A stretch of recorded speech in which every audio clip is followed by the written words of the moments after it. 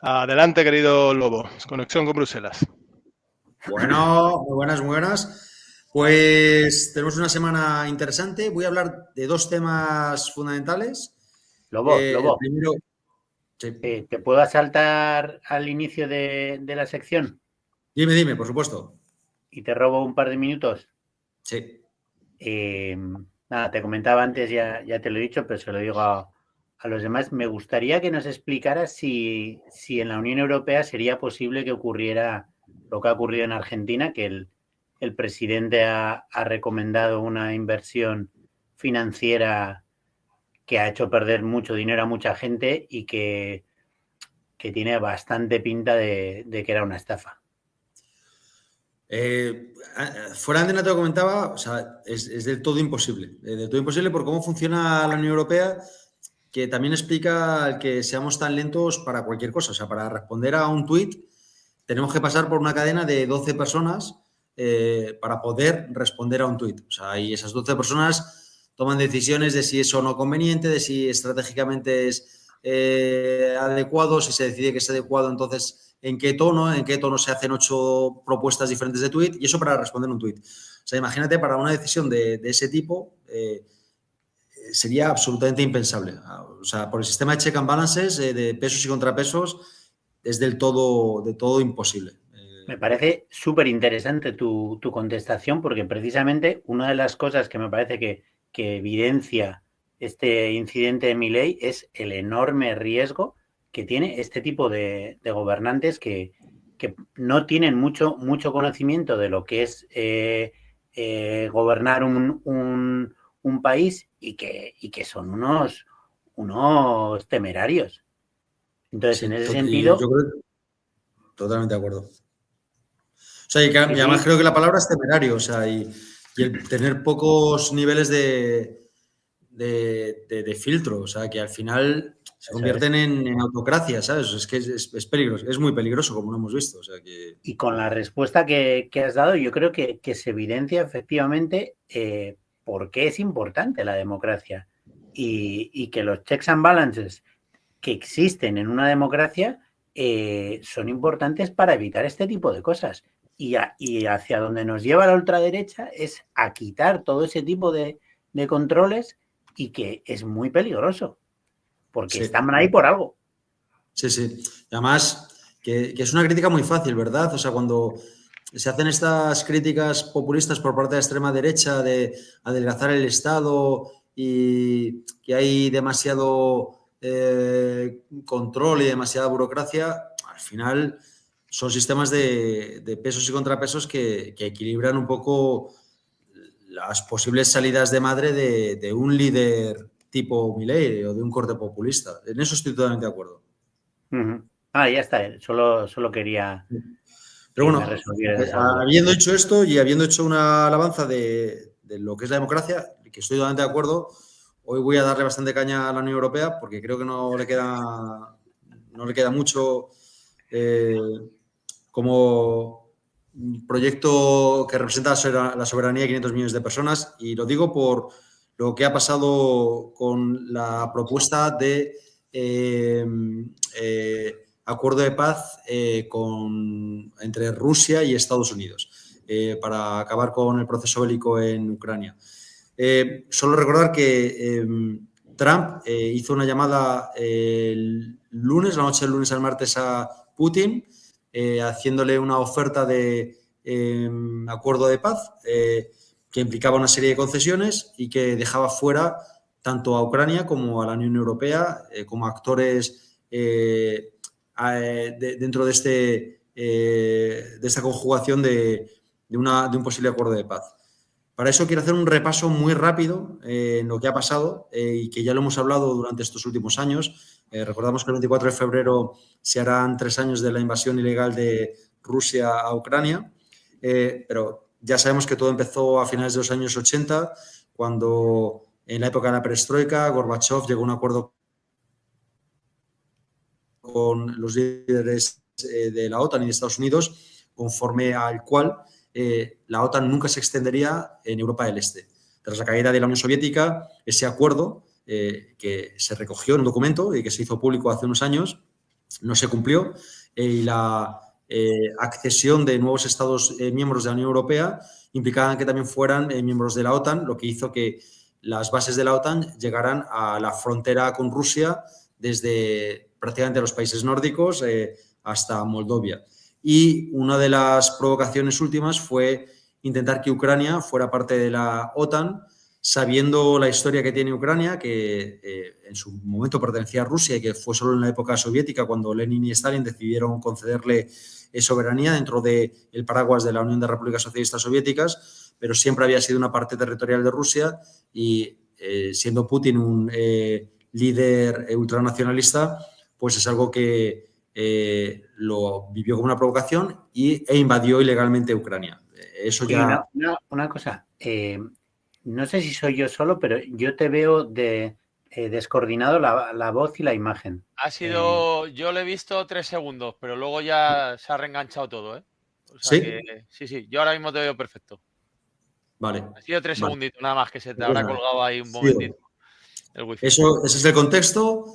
Después de la invasión del 24 de febrero del 2022, a los 2 meses hubo un intento de acuerdo de paz que estuvo muy cerca y que torpedearon tanto Biden como Boris Johnson, el primer ministro británico en su época. Durante estos 3 años hemos visto que Estados Unidos ha regado con muchísimo dinero a las fuerzas ucranianas, ha resultado en un montón de bajas militares y civiles en ambos lados. Ucrania ha ido perdiendo sucesivamente cada vez más territorios con respecto a Rusia y en su momento Estados Unidos voló el Nord Stream, el gasoducto que unía a Rusia con Europa, lo que hizo que Rusia dejara de proporcionar gas y empezáramos a depender del gas norteamericano mucho más caro, que ha tenido un impacto brutal en la economía alemana, que es el motor económico de la Unión Europea. Y hemos llegado a un punto en el que, a pesar de todas estas circunstancias, de no querer un acuerdo de paz que estaba bastante avanzado, de cortar nuestros lazos energéticos con Rusia, nadie en la Unión Europea dijo absolutamente nada. Y a pesar de estas múltiples provocaciones, hemos llegado al caso rocambolesco en el que Estados Unidos va a llegar a un acuerdo con Rusia en el que se acepta que Ucrania no forme parte de la OTAN, que la factura de reconstrucción la asuman los europeos, que la estabilización militar la asuman los europeos. Dentro del acuerdo está que en 2030 Ucrania pase a formar parte de la Unión Europea. Y todo esto excluyendo de la mesa de negociación a Europa y también a Ucrania.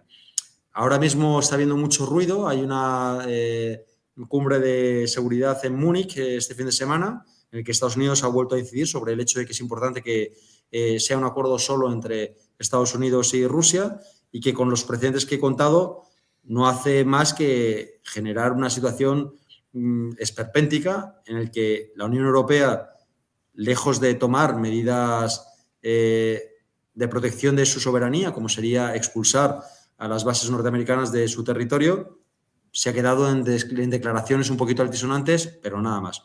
Es el ejemplo clarísimo de que Europa, por desgracia, es un protectorado de Estados Unidos, del proyecto anglosajón, y que no tenemos soberanía en nuestra política de asuntos exteriores, lo cual es bastante grave. Entonces, bueno, esto era lo primero que quería hablar, un pequeño análisis rápido de lo que ha sido el conflicto con Ucrania y cómo tiene visos de que se vaya a resolver con este matonismo estadounidense, que también es de agradecer porque por lo menos esta administración va de cara. Es lo mismo que han hecho todas las administraciones, incluso demócratas, pero este bully por lo menos va de cara y así no hay excusas. Sabemos que realmente estas son las cartas que hay sobre la mesa, no se cortan en decirlo.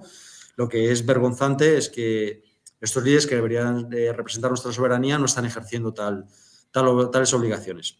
Solamente quería pedirle un pequeño comentario sobre esto, que a lo mejor es lo siguiente de lo que iba a hablar, pero es que es muy llamativo sobre lo que acaba de decir, ¿no? Que por lo menos este es igual de vergonzoso que el presidente anterior, pero por lo menos este va de cara. lo dice, ¿no? Dice, vamos a llegar a un acuerdo para parar la guerra entre Israel y Palestina, lo llama así, dice, y lo que tienen que hacer es pues los países de Jordania, Egipto, acoger a todos los palestinos y que nosotros, Estados Unidos, montemos un resort en Palestina. O sea, tiene la poca vergüenza de decirlo así de claro, pero por lo menos no anda diciendo que es que van a salvar a los pobres rehenes de este grupo terrorista que se llama Hamas, como hacía Biden o como han hecho Obama, otros muchos que con excusas hacían lo mismo, pero queriendo vendernos que iban a implantar la democracia por todo el mundo. Este dice, mira, es que lo que queremos es expulsar a un pueblo entero de sus tierras para montar ahí un complejo turístico, ¿no? Entonces, sí, eso. Sí, no, está muy bien. Además, está muy bien llevado porque de la segunda cosa que voy a hablar, no sé si os habéis enterado mucho porque ha habido poco ruido, mucho menos del que merecía, que es la caída del USAID. No sé si sabéis lo que es. Es una agencia de desarrollo norteamericano que se fundó en los años 60 por parte de John F. Kennedy en la época de la Guerra Fría con la Unión Soviética. Decidieron montar una agencia gubernamental de cooperación y desarrollo, que realmente era una tapadera para ingerir en gobiernos extranjeros, estabilizar democracias no afines, manipular elecciones y promover los intereses de Estados Unidos. Esta agencia de USAID... ¿Me permites un minuto que cuente una anécdota sobre USAID? Sí. Cuando estuve en Senegal, allí estaban los USAID. Y, bueno, aparte, bueno, eso ya otro día, si eso ya lo comentaré. Pero bueno, básicamente es que no hacían nada. Estaban en una serie de pueblos y recuerdo una vez que iba con un compañero y íbamos por la plaza del pueblo y, oye, ¿dónde está este? No me acuerdo cómo se llama. Ah, ahí está, arreglando el mundo. Y estaba el tío, pues eso, en la plaza del pueblo hablando con gente, pero hablando como el que, pues eso, ¿qué tal por la mañana? Y estaba de charleta. El problema es que en muchos casos que será así, el problema es que en muchos otros ha sido una herramienta del gobierno estadounidense para injerenciar en la política exterior de todo proyecto que no le parecía afín, que es el 90% del mundo. Y llevan haciéndolo los últimos 60 años. Les da una información brutal, ¿eh? Si no recuerdo mal, cada uno, creo que están 2 años. Y cada uno, cuando termina, tiene que hacer un informe de la zona. Claro, pero estamos hablando... es mucho más grave que eso. Esto, o sea, el escándalo, ¿por qué quiero hablar de hoy del USAID o el USAID, como lo llamamos en castellano? Es porque Trump, junto con Elon Musk, sabéis que Elon Musk dirige un organismo que tiene como objetivo adelgazar la administración y el Estado. Van a despedir a un montón de funcionarios y una de las cosas que han hecho es desmantelar el USAID, que lleva 60 años promoviendo la democracia y los valores norteamericanos. Pero ahora vamos a ver exactamente qué es lo que han hecho.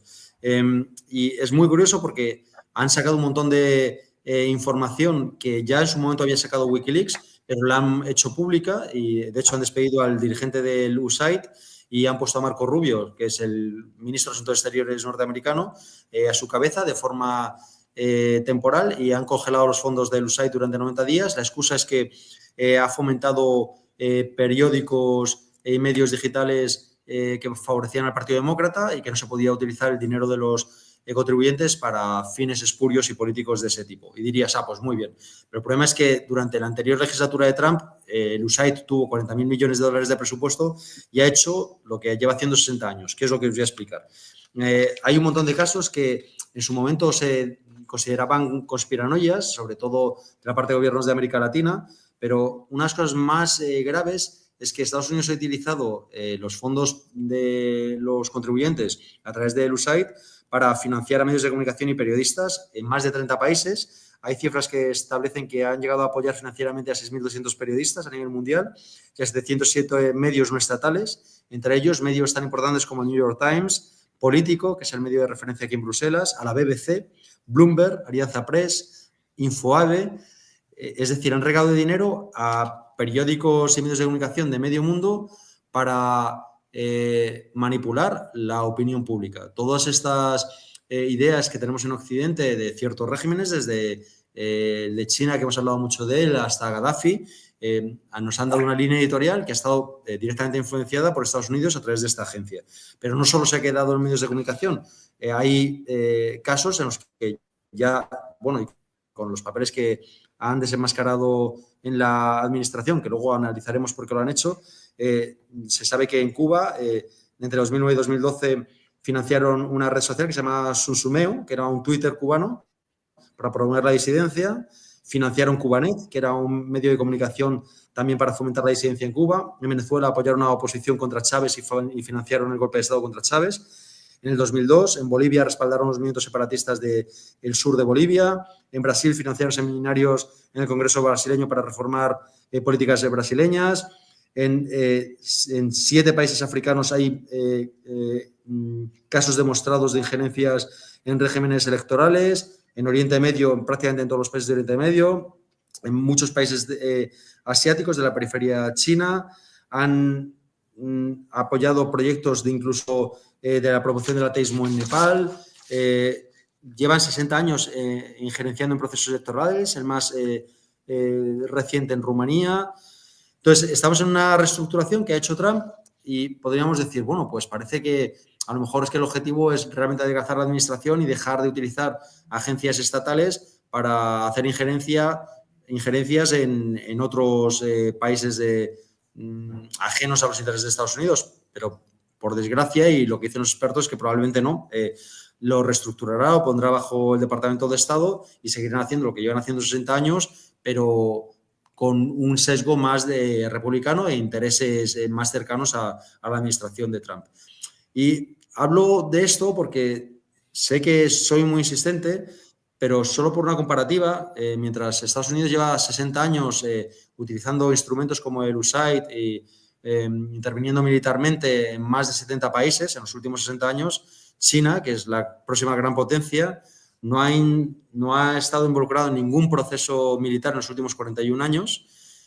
Y en África, por ejemplo, lejos de influenciar en regímenes democráticos o no democráticos de África, lo que ha hecho es financiar más de 6.000 proyectos de infraestructuras en África.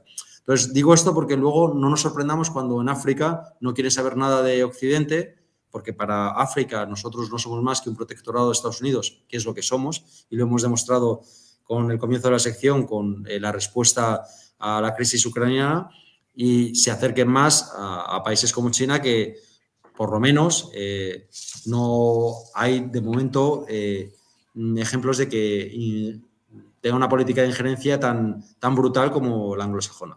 Y con esto quería acabar la sección de hoy. Pues, Muy bien. Ya que has hablado de estos temas, quiero recomendar, no sé si van a estar mucho más tiempo en cartel, pero justo ayer estuve viendo un recital de poesía de Juan Diego Boto y Nur Levi que se llama Y una mañana todo estaba ardiendo, que es un poema, y una mañana todo estaba ardiendo, es un poema de Neruda en el que cuenta cómo él vivía en no sé si era por Argüelles o por ahí, vivía pues en un edificio cuando estaba Neruda viviendo en España y vio cómo comenzaba la guerra civil y cómo o sea, que fue la primera vez que se bombardeó, vale, lo diré. Población civil, gracias, abuelo. Población civil en una guerra, ¿no? O sea, que fue el dudoso orgullo de los fascistas, ¿no?